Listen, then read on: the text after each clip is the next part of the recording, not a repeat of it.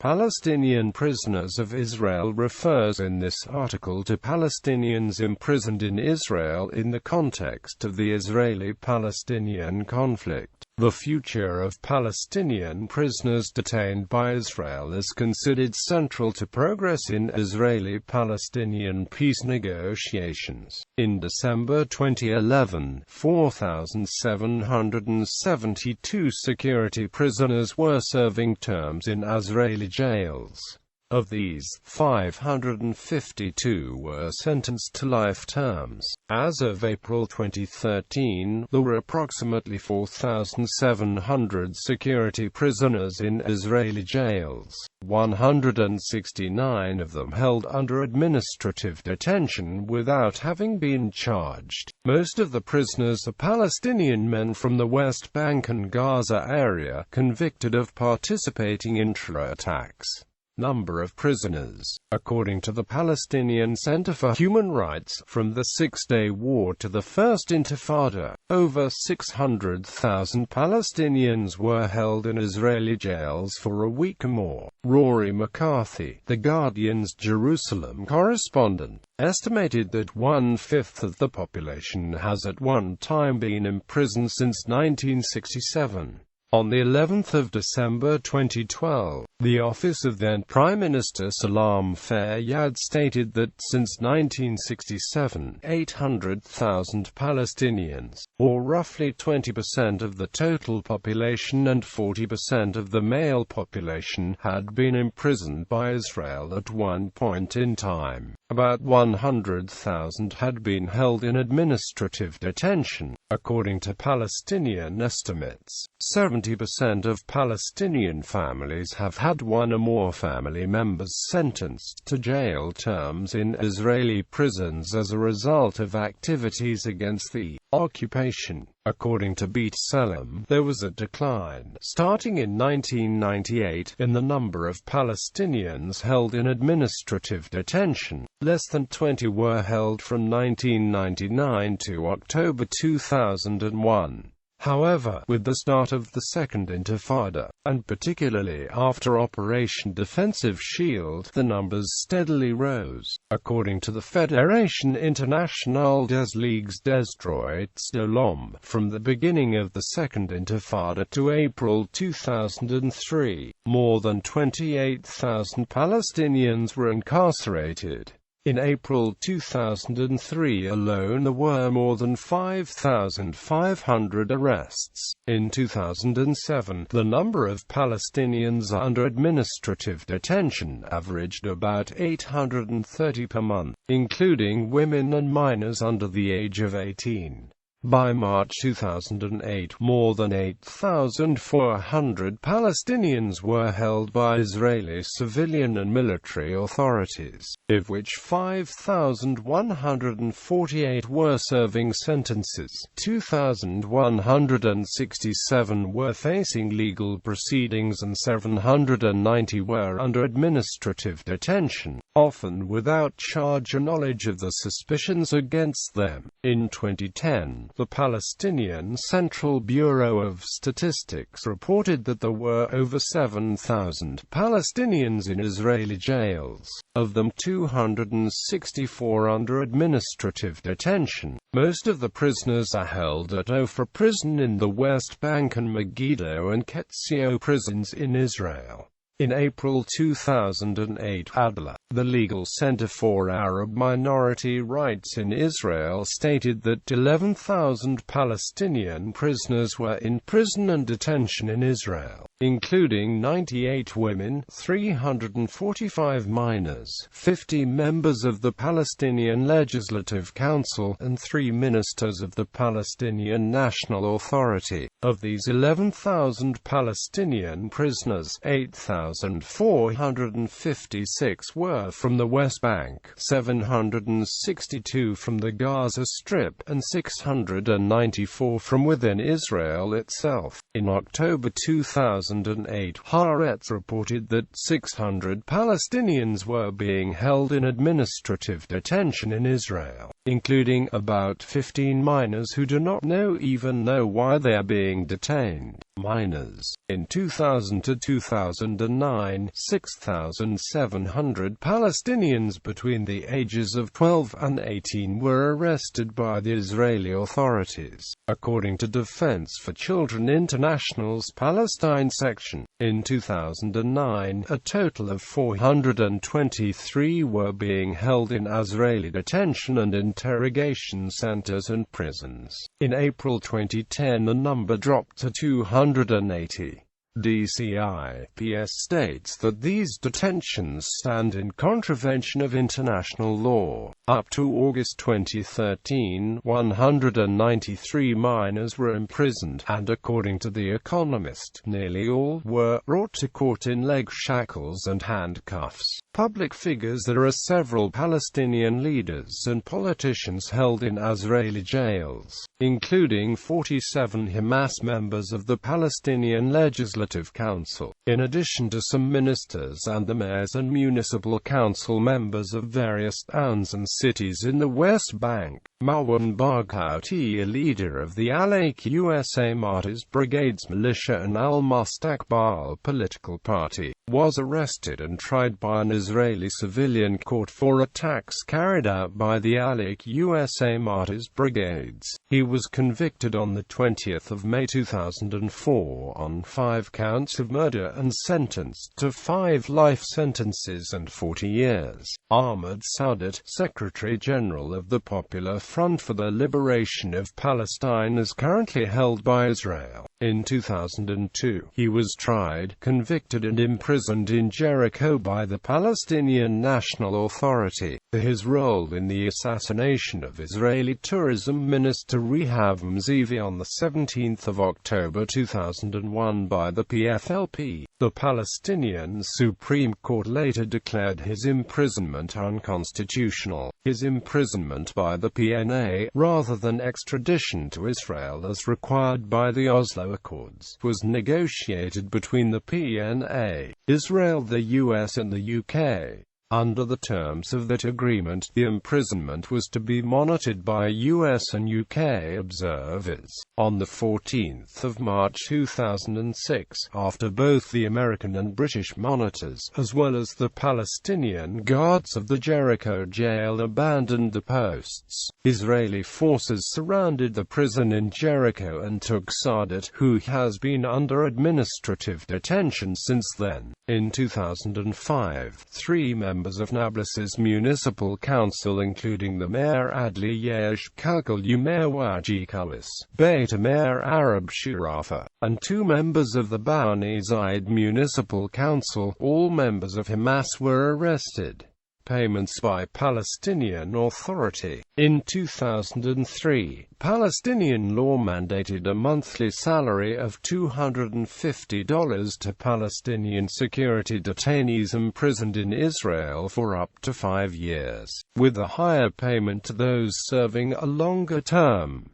Those who served a life sentence were paid $1,000 per month. In January 2011, Prime Minister Salam Fayyad enacted an amendment to increase these payments by 300%. In March 2009, an extra $190 was added to these payments to prisoners affiliated with Palestine Liberation Organization factions in Israeli prisons. Each PLO-affiliated prisoner receives $238 per month, along with an extra $71 if they're married and $12 for each child. As of May 2011, the Palestinian Authority spent $4.5 million per month paying Palestinian prisoners in Israeli jails, including prisoners convicted of murdering civilians, and $6.5 million to the families of suicide bombers. The salaries, funded by the PA, are given to Fatah, Hamas, and Islamic Jihad prisoners. These payments comprise 6% of the PA's budget. Hamas member Abdullah Barghouti, who was sentenced to 67 life terms for perpetrating the killings of 67 Israelis, receives NIS 4,000. In addition, prisoners who have been imprisoned for over 30 years receive NIS 12,000 per month. In November 2011, ahead of the Eid al-Adha holiday, the Palestinian Authority paid Palestinian prisoners 550 NIS, as well as 50 NIS to purchase sweets during the holiday. In October 2012, the Daily Mail online edition reported that prisoners were receiving British aid money in amounts between £230 £1,957 per month, depending on several criteria, regardless of the crimes committed.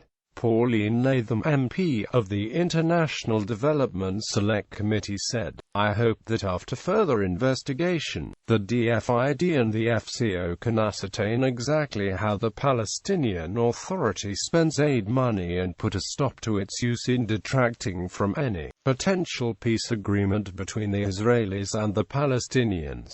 Alan Duncan, International Development Minister, said, "The PA operates 2 social assistance programs to provide welfare payments to households who have lost the main breadwinner. I hope you will also agree that dependent spouses or children should not be held responsible for the crimes of family members, or forced to live in poverty as a consequence." Raheem Kassem, Director of Communications for the Henry Jackson Society, a foreign affairs think tank in London, said, "The Palestinian prisoners are being supported by UK taxpayer money is an absolute scandal that must be stopped."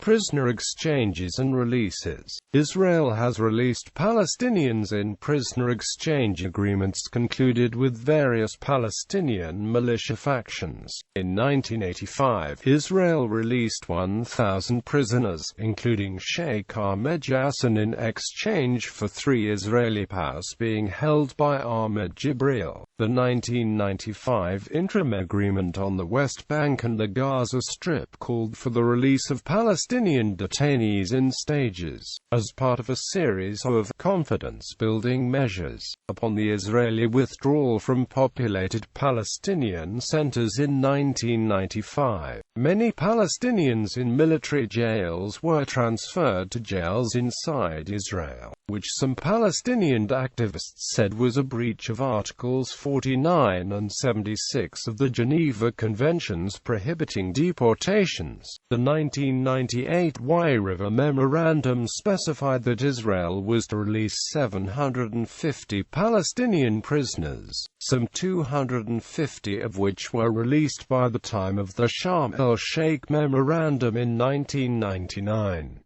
Y2 reduced the number of those to be released from 500 to 350, and these were freed by mid-October 1999. Israeli released 26 security prisoners at the beginning of Ramadan, half of whom had a few months left to serve. An additional 7 prisoners from East Jerusalem were released the next day after protests from the Palestinian Authority, which had expected more. In 2000, another 18 prisoners were released as a goodwill gesture in March and June. At a meeting in Sharm el-Sheikh in February 2005, Israel pledged to release another 900 Palestinian prisoners of the 7,500 being held at the time. By the spring of 2005, 500 of these had been released, but after Qassam rocket attacks on Dero on the 5th of May, Ariel Sharon withheld the release of the remaining 400, citing the need for the Palestinian Authority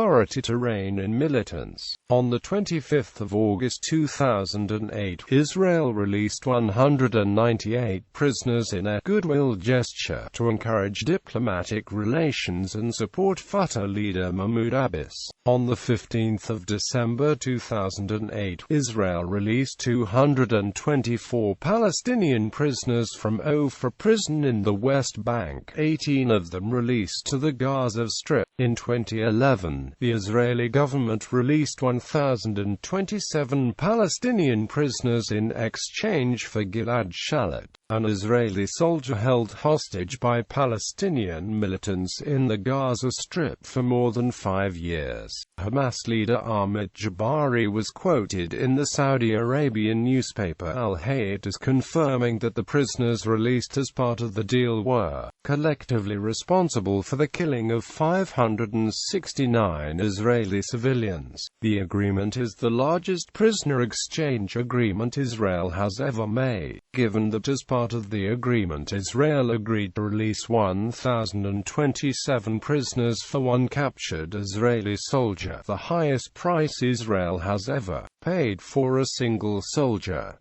Gilad Shalit was also the first captured Israeli soldier to be released alive in 26 years. In October 2012, the Israeli defense establishment alleged that dozens of the released Palestinian prisoners in the Gilad Shalit prisoner exchange had resumed terrorist activity. Many of them have joined the leadership of Hamas. Other Palestinian prisoners have instead developed weapons and fired rockets at Israeli population centers, and some have recruited members to new terrorist cells in the West Bank. One of these cells in Hebron planted a bomb and plotted to kidnap an Israeli soldier. Prisoners in the West Bank have also engaged in violent activity, and Israel arrested 40 of them for rioting, hurling Molotov cocktails, handing funding for terrorism, and other acts. However, a senior defense official stated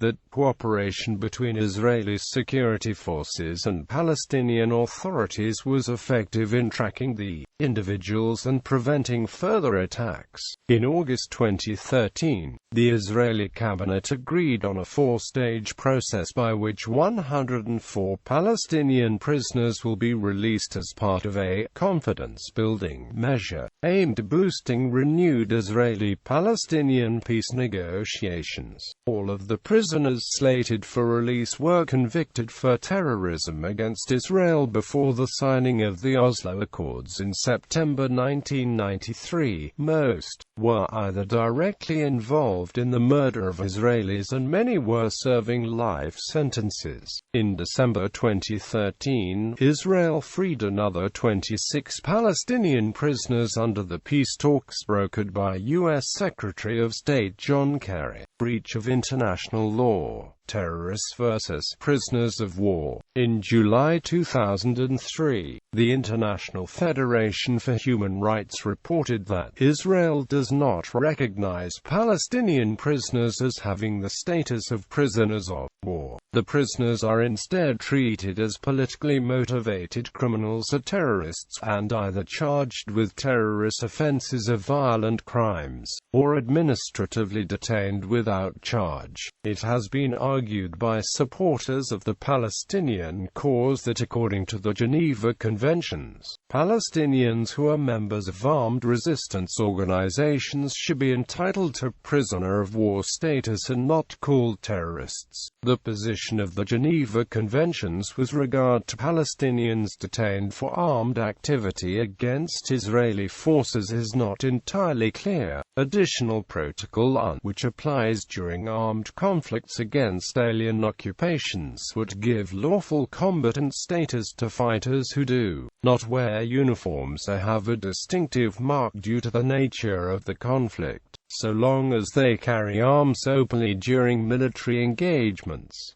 However, this protocol has not been ratified by Israel. The Third Geneva Convention of 1949, which Israel has ratified, provides more limited protection, giving prisoner of war status to fighters in organized resistance movements fulfill conditions laid out in Article 4, including being commanded by a person responsible for his subordinates, and having a fixed distinctive sign recognizable at a distance, with Article 4 protecting inhabitants of non-occupied territory who spontaneously resist the enemy in some circumstances.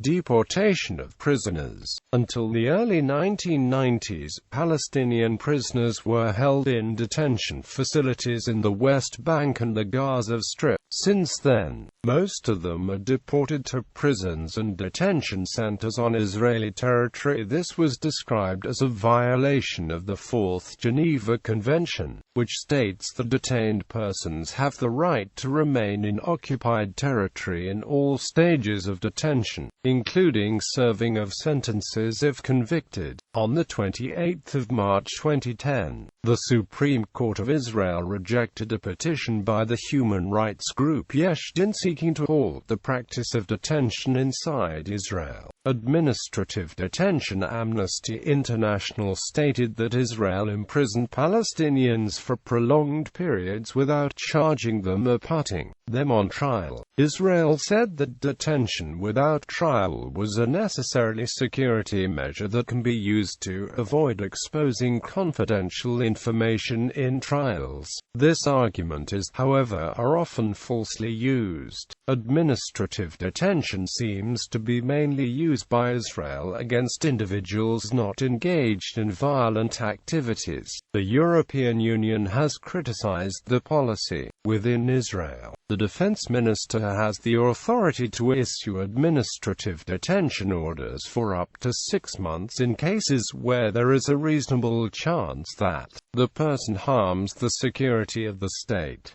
The same minister has the authority to renew such orders. Likewise, the Chief of the General Staff can issue such orders, but valid for only 48 hours. Law enforcement authorities have to show cause within 48 hours. Administrative detention orders can be appealed to the district court and, if denied there, to the Supreme Court of Israel. The district court can annul such orders if it finds the administrative detention occurred for reasons other than security. Overall supervisory authority on the application of the relevant law rests with the Minister of Justice. Within the West Bank, any local army commander can issue an administrative detention order, and the order can be appealed at the local military court or, if denied there, at the Supreme Court. Here too, an administrative detention order is valid for at most 6 months but can be renewed by the appropriate authority. Israel refers its use of administrative detention in the occupied territories to Article 78 of the Fourth Geneva Convention 1949, which states that, if the occupying power considers it necessary, for imperative reasons of security, to take safety measures concerning protected persons, it may, at the most, subject them to assigned residence or to internment. Some examples include, on the 20th of March 2010, Mo'atasem Nazul, a 16-year-old Palestinian was arrested at his home in Kalandia refugee camp without explanation and remained imprisoned until the 26th of December 2010. On the 17th of December 2011, Israel arrested Kader Adnan for activities that threaten regional security. While Adnan was a member of the Palestinian Islamic Jihad, Israel did not accuse Adnan of direct involvement in any attacks by the group. Israeli officials did not charge him with any crime. After Adnan went on a hunger strike, the Israeli Justice Ministry announced that he would be released. This announcement reportedly cancelled the judicial review of the Israeli practice to hold prisoners without trial. As of January 2012, 309 Palestinians were held without criminal charges, according to BDalim. 16 Palestinians have been held without charge for 2 to 4.5 years. 88 have been held for 1 to 2 years. 80 have been held for 6 months 1 year. In July 2012 the number had decreased to 250. According to the Israel Prison Service figures for December 2012, 178 Palestinians were being held in administrative detention. Allegations of human rights abuse. The IDF has been accused of prisoner abuse by Palestinian advocacy organizations.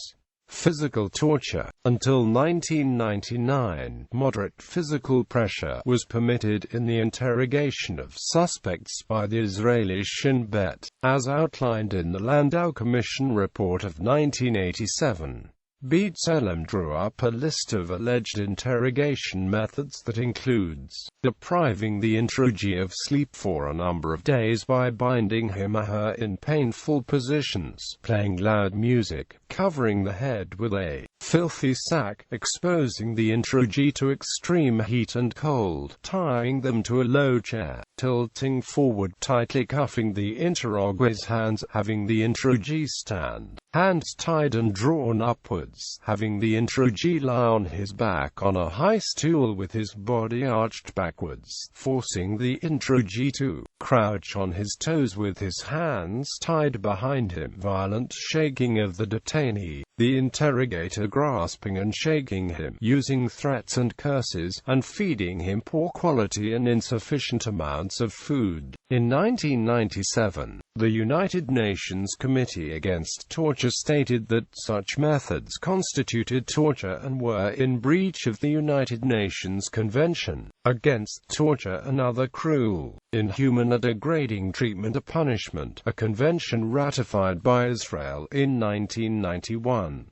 In September 1999, Israel's High Court ruled that the Israeli Security Agency does not have legal authority to use physical means of interrogation that are not reasonable and fair and cause the detainee to suffer, while the court noted that a reasonable interrogation is likely to cause discomfort and put pressure on the detainee. This is lawful only if it is a side effect inherent to the interrogation, and not aimed at tiring out or breaking the detainee as an end in itself. Uri Davis wrote that the ruling of 1999 came after 50 years of silence in the face of systematic torture practiced in Israeli jails and detention centers against Palestinian prisoners and detainees, as well as other prisoners. Quote, however, Davis also notes that after the Supreme Court ruling, the Public Committee Against Torture in Israel found that torture has,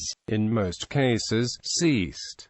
In 2000, an official Israeli report acknowledged torture of detainees during the First Intifada. The report said that the leadership of Shin Bet knew about the torture but did nothing to stop it. Human rights organizations claim some detainees died or were left paralyzed.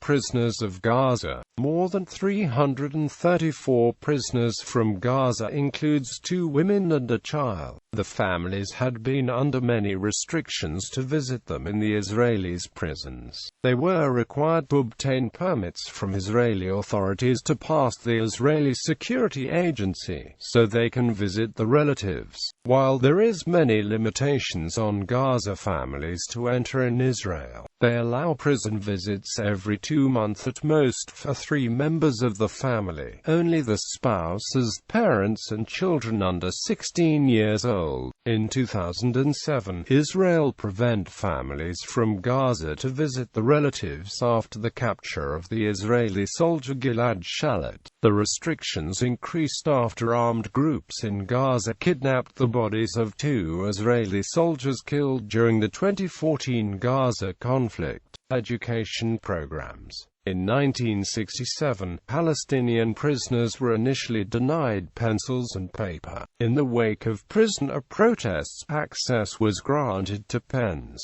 pencils, paper, books, newspapers and monitored radio broadcasting. Libraries were established in every prison, and literacy and language courses were organized. Young prisoners were offered classes to prepare for the general secondary examination. Thousands of Palestinian prisoners have learned Hebrew in Israeli prisons. In the 1980s, according to Mayor Rosenfeld, the option of armed resistance was completely blocked and prisons became a sanctuary. Her research among Palestinian refugees in the Dusher camp in Bethlehem found that the politicization process of young men from the camp underwent a qualitative transformation during the period of imprisonment, which she attributes contributes to the internal organization practices of Palestinian prisoners and the central role of studies and education. Eventually, Palestinian prisoners were allowed to take online courses from the Open University of Israel, and to complete academic degrees.